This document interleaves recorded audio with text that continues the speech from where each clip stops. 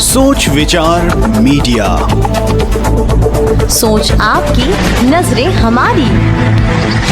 नमस्कार दर्शकों, मैं ममता सोनी और आज हम फिर एक बार पहुंच चुके हैं स्वदेशी जागरण मंच में। और आज हम आपको मुलाकात कराने जा रहे हैं स्वदेशी जागरण मंच के एक युवा साथी से, और जो इस मंच से वर्षों से जुड़े हुए हैं। और आप हैं शंकर त्रिपाठी जी, बहुत बहुत स्वागत है आपका। बहुत धन्यवाद आपका। और मुद्दे पर हम आते हैं कि स्वदेशी अपनाना अभी हम सबके लिए जरूरत बन चुका है जी। हमारे देश की पहली जरूरत बन चुकी है। तो स्वदेशी ही क्यों अपनाएं, और आप हमारे दर्शकों से इस पर क्या कहेंगे? सबसे पहले तो आपका बहुत बहुत धन्यवाद कि आज का जो जिस प्रकार का परिदृश्य है उसमें इस विषय को मीडिया जिस प्रकार से उठा सकती है और उस देश के लिए एक अहम भूमिका निभा सकती है, उसके लिए सबसे पहले आप सभी का साधुवाद। जी, धन्यवाद। जो आपने एक प्रश्न किया कि स्वदेशी की जो चीज़ें हैं, सबसे पहला एक तो अगर हम एक लाइन में कहें कि स्वदेशी यानी क्या, तो हम बिल्कुल कह सकते हैं कि इस राष्ट्र के लिए सोचना, इस राष्ट्र के लिए करना, इस राष्ट्र के लिए मरना ही स्वदेशी। हम स्वदेशी को थोड़ा सा बहुत डिफिकल्ट वे में लेके जाते हैं, लेकिन इस देश के प्रति सच्ची निष्ठा रखना भी एक स्वदेशी ही है। जी जी। और इस पर हम काम कर ही रहे हैं। इसको लगातार जन जागरण के माध्यम से समाज के बीच में स्वदेशी की इम्पोर्टेंस को युवाओं के बीच में लेकर जा रहे हैं।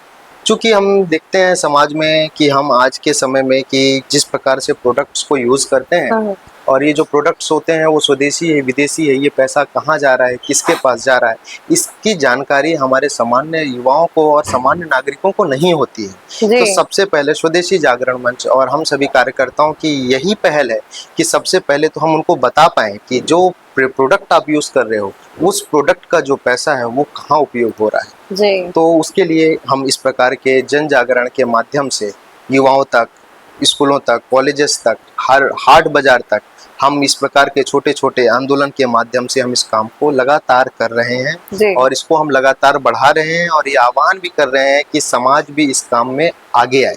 जी। आप समाज से तो उम्मीद बढ़िया लगा रहे हैं और हमें भी उम्मीद है कि हम बढ़ चढ़कर इसमें स्वदेशी अपनाने पे हम भागीदारी निभाएं। तो जैसा कि हमारा देश है सबसे ज्यादा युवा आबादी वाला देश है, युवा बाहुल्य देश है, ऐसे में हम युवाओं को क्या करना चाहिए कि हम अपने स्वदेशी अपनाओ आंदोलन पर बढ़ चढ़कर हिस्सा ले सके?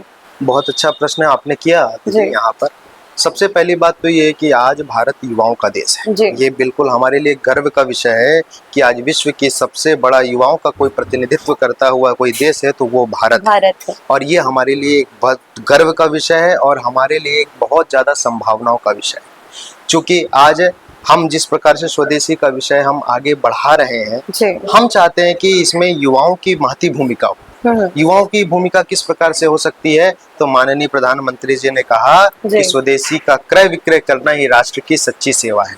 और उन्होंने एक बहुत अच्छा वाक्य कहा कि इस देश में अभी पहलगाम हमला हुआ, उस पहलगाम हमले में हमारे जवानों ने 4 दिन युद्ध लड़ा। उस 4 दिन के युद्ध में हमारे मन में भी आया कि हम उसमें कुछ कर सकते हैं क्या, हम क्या कर सकते हैं। ऐसा सबके मन में आया। जिस प्रकार का दृश्य हम सभी को दिख रहा था, सबके मन में और खासकर युवाओं के उमंग था कि जिस दिन अगर देश आह्वान करेगा तो हम आगे आके उस युद्ध को लड़ने के लिए तैयार हैं। तो उन्होंने एक बहुत अच्छा वाक्य कहा कि 4 दिन का युद्ध तो देश के जवानों ने लड़ा है, बाकी जितने 365 दिन में और बाकी जितने दिन है वो देश के युवाओं को लड़ना है। अब इन देश के युवाओं को कैसे लड़ना है, वो स्वदेशी के दम पर लड़ना है। हम अपने घर परिवार, हम अपनी शुरुआत की आदतों से ही अगर इसको करते हैं और अपने आसपास के भैया बहनों पे भी जन जागरण पहुंचाते हैं कि स्वदेशी क्यों जरूरी है, स्वदेशी से क्या होगा, स्वदेशी से इस देश की आवश्यकता क्यों है, तो मुझे लगता है निसंदेह ही जन जागरण के माध्यम से, अभी जैसा कहा कि स्वदेशी विदेशी सूची के माध्यम से छोटे छोटे कार्यक्रम करके, युवा नुक्कड़ नाटक करके, छोटे छोटे आजकल रील्स बनाकर इस प्रकार का विषय लेकर अगर समाज के बीच में जाएंगे तो मुझे लगता है निसंदेह ही भारत का जो 4 दिन का जो माननीय प्रधानमंत्री जी ने कहा कि ये युद्ध 4 दिन का नहीं है, ये युद्ध पूरे वर्ष का है, पूरे आने वाले पीढ़ी के लिए वर्षों को चलने वाला युद्ध है। ये युद्ध सिर्फ आज का जो समय है वो सिर्फ बम गोले से लड़ने वाला युद्ध नहीं है, ये एक आर्थिक युद्ध है। और इस आर्थिक युद्ध को हमारे देश के युवाओं को समझना पड़ेगा कि वास्तव में भारत का पैसा भारत में रहे और वो भारत के युवाओं के लिए काम आए, भारत की समृद्धि के लिए काम आए। तो निसंदेह ही इस भारत को हम पुनः परम वैभव के शिखर पर ले जाएंगे और उसके लिए ये स्वदेशी एक ब्रह्मास्त्र की तरह काम करेगा। जी, बहुत अच्छा आपने कहा। और वाकई जैसा कि आप कहना चाह रहे हैं कि भारत एक बार फिर सोने की चिड़िया बन सकता है यदि हम घर घर से हर व्यक्ति अगर प्रयास करे स्वदेशी को अपनाए। तो आपने ये तो बता दिया कि स्वदेशी को क्यों अपनाना है, इससे क्या देश को लाभ होगा। यदि वो स्वदेशी ना अपनाए तो उसको क्या नुकसान देखने को मिल सकते हैं? एक तो सबसे पहली बात कि हमने कहा कि हम भारत को पुनः सोने की चिड़िया बनाना चाहते हैं, तो मैं इसमें थोड़ा सा कहना चाहूंगा, हम चिड़िया की बात क्यों करते हैं, हम भारत को सोने का शेर बनाना चाहते हैं। शेर बनाना, क्या बात है कि हम चिड़िया तक क्यों सीमित रहे। आज ये समय बदल चुका है कि भारत को पुनः उस परम वैभव तक ले जाने के लिए, विश्व गुरु बनाने के लिए हम भारत को बाघ बनाए, शेर बनाए, इसके साथ जाना चाहिए। और दूसरा आपने कहा कि अगर इसको हम नहीं अपनाते हैं तो क्या होता है जी। तो नहीं अपनाते हैं और क्या होता है उसका परिणाम हम सभी को अभी अप्रैल माह में दिखा कि किस प्रकार से भारत के पहलगाम में जो हमले हुए और जिस प्रकार से एक विशेष प्रश्न पूछकर हमारे देश के लोगों को मारा गया और उसके बाद जो भारत और पाकिस्तान का युद्ध हुआ और जिन्हें हम अपना मित्र समझते थे, जिन्हें लगता था कि ये हमारे परम मित्र हैं, ये हमारा साथ देंगे, उन्हीं देशों ने इस युद्ध के दौरान, वहां पर मैं खुलकर बोलना चाहता हूं कि अमेरिका के द्वारा उनको फंडिंग दी गई ताकि वो इस युद्ध को और बढ़ा सकते हैं। चाइना और तुर्की के ड्रोन ने जिस प्रकार से हम पर हमले किए वो दिखाता है कि वो किस प्रकार से भारत के साथ खड़े हैं या भारत के विरोध में खड़े हुए हैं। तो अगर आज हम स्वदेशी का उपयोग नहीं करते हैं और हम चाइनीज प्रोडक्ट का यूज़ करते हैं, अमेरिकन प्रोडक्ट्स का यूज़ करते हैं, तो निसंदेह ये पैसा भारत के विरोध में खड़ा होगा, भारत के आतंकवाद में खड़ा होगा। और ये कहना बिल्कुल गलत नहीं होगा कि उस आतंकवाद में हमारा भी एक हिस्सा है, एक पैसा उस आतंकवाद में हमारे जवानों को लगाया है जी, जी। और इसको कहने में बिल्कुल गुरेज नहीं है कि आज चाइनीज प्रोडक्ट का हम जिस प्रकार से उपयोग कर रहे हैं, क्यों कर रहे हैं, क्योंकि वो सस्ता है। लेकिन 1 रुपए सस्ते के लिए हम अपने भारत को यहाँ पर बेचने का काम कर रहे हैं। भारत के जो जवान सियाचिन और ऐसी विकट परिस्थिति में भी हमारे लिए खड़े हैं, हमारी रक्षा कर रहे हैं, उसको भी हम वहाँ पर उनको तार तार कर रहे हैं सिर्फ 2 रुपए बचाने के लिए। तो मुझे लगता है कि अगर इसी प्रकार से हम विदेशी वस्तुओं का उपयोग करते रहेंगे तो निसंदेह भारत में बेरोजगारी की समस्या, भारत में आतंकवाद का मुद्दा कभी समाप्त नहीं होगा। और दूसरी बात है, ये सिर्फ समाज संगठन और सरकार का काम नहीं है, ये भारत के प्रत्येक नागरिक का काम है और खासकर भारत के प्रत्येक युवाओं का ये कार्य है कि वो स्वदेशी के माध्यम से अपनी देशभक्ति, अपने देश की निष्ठा को समाज के बीच में लेके जाए जी।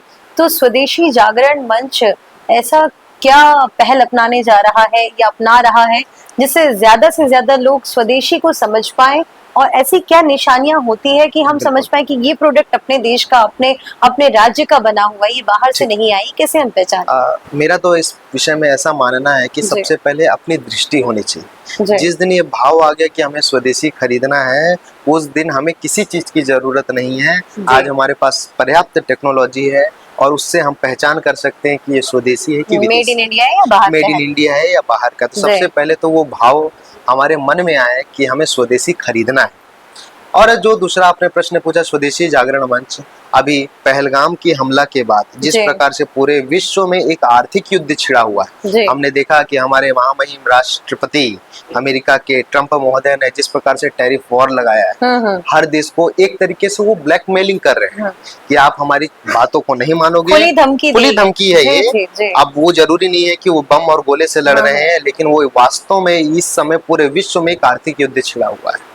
तो स्वदेशी जागरण मंच ने इस युद्ध में हमारी भूमिका क्या हो उसके लिए एक नया अभियान प्रारंभ किया, जिसका नाम हमने रखा स्वदेशी सुरक्षा स्वावलंबन अभियान जी। इस अभियान के माध्यम से हम प्रत्येक युवाओं तक, प्रत्येक घर के नागरिक तक सबसे पहला जो काम कर रहे हैं वो है स्वदेशी विदेशी सूची सबके पास पहुंचे, ताकि लोगों को पता चल सके कि स्वदेशी क्या, विदेशी क्या।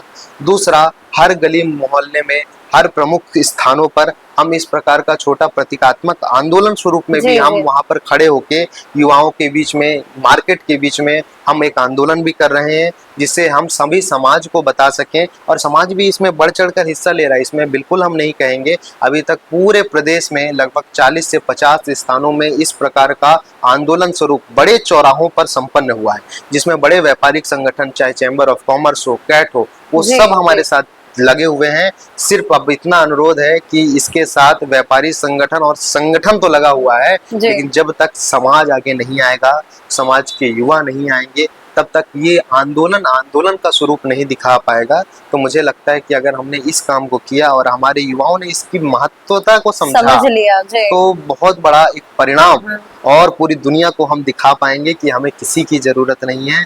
भारत अपने स्वावलंबन के दम पर, भारत अपने आत्मनिर्भर के दम पर और भारत अपने स्वदेशी के दम पर खड़ा हो सकता है, आगे बढ़ सकता है और विश्व गुरु बन सकता है। क्या बात है।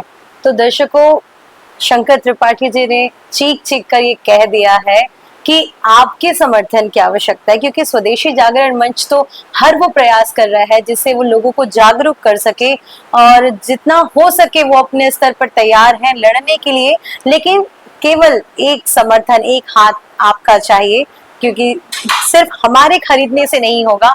देश का हर एक युवा, हर एक घर, हर एक बच्चा अगर स्वदेशी को समझ ले, वो प्रोडक्ट को समझ ले कि क्या हमें इस्तेमाल करना चाहिए, इससे क्या नुकसान और इससे क्या फायदे हो सकते हैं, ये सब चीज अगर वो जान ले तो वाकई देश विश्व गुरु भी बन सकता है और भला भी हो सकता है। बिल्कुल। ऐसी खबरों के लिए बने रहिए हमारे साथ सोच विचार मीडिया में। नमस्कार।